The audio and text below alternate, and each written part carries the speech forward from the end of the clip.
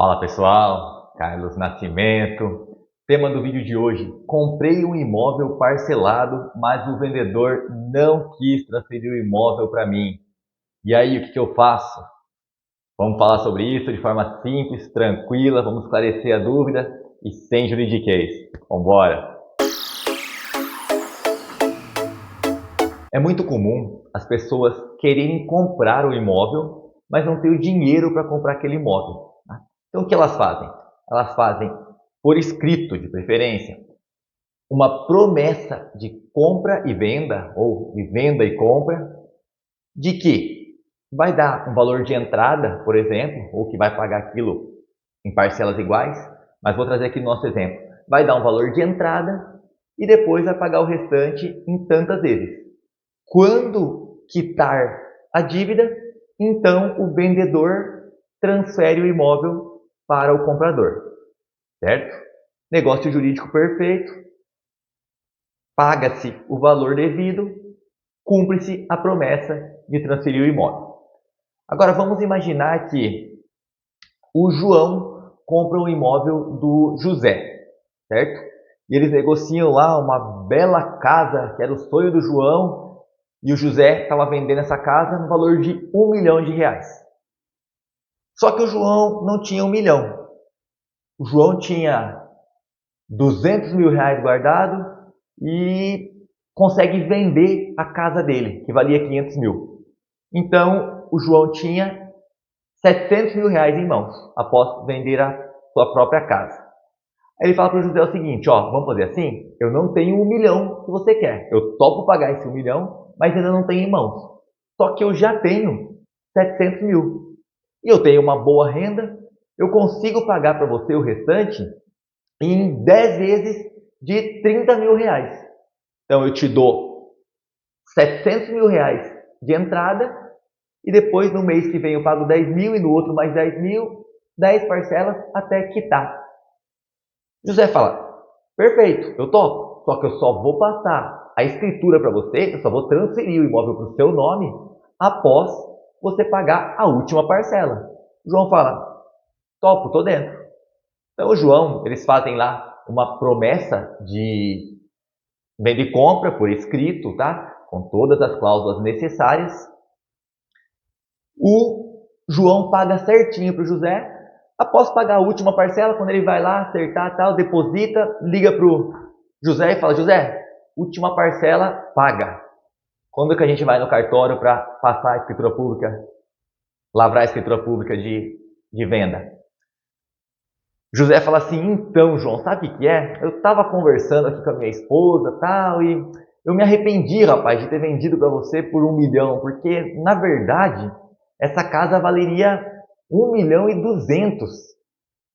Então, você vai ter que pagar para mim mais 200 mil, senão eu não vou poder passar a escritura para você. Não vou poder transferir o imóvel para o seu nome.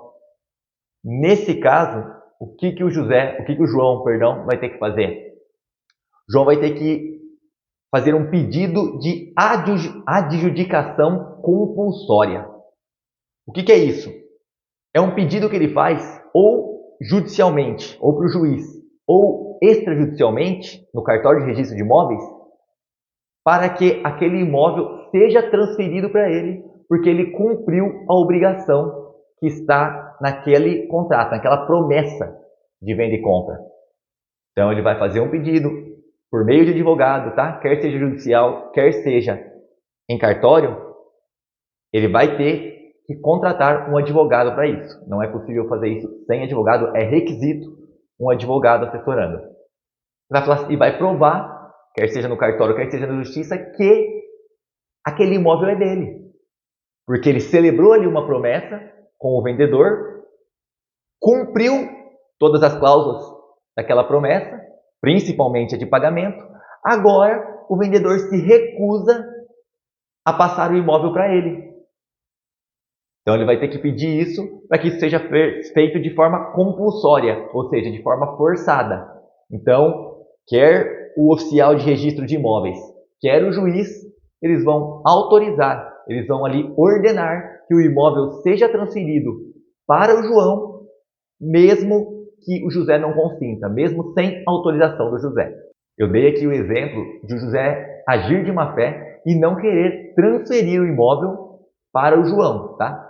Mas isso pode acontecer também se o José, por exemplo, vier a falecer. Imagina que o João paga a última parcela e combina com o José de na próxima semana, os dois estão corridos nessa semana que o João quitou a dívida, e eles combinam de na próxima semana transferirem o imóvel, ir até o cartório para lavrar a escritura. Mas, por algum motivo, o José vem a falecer e não dá tempo, não chega para o José essa próxima semana.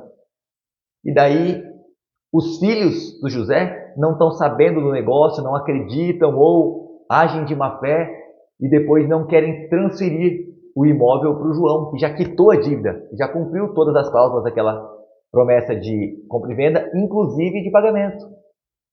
Então, nesse caso, o João também poderia fazer um pedido de adjudicação compulsória. Tá? Estão diversas possibilidades, tem que ser analisado cada caso, mas essa seria a solução num caso como esse, ou num caso semelhante a esse. A gente tem que ter também a consciência de que, se tiver, eu dei o exemplo do José não querer mais vender, né? Voltar atrás e falar, não, eu quero 1.200.000.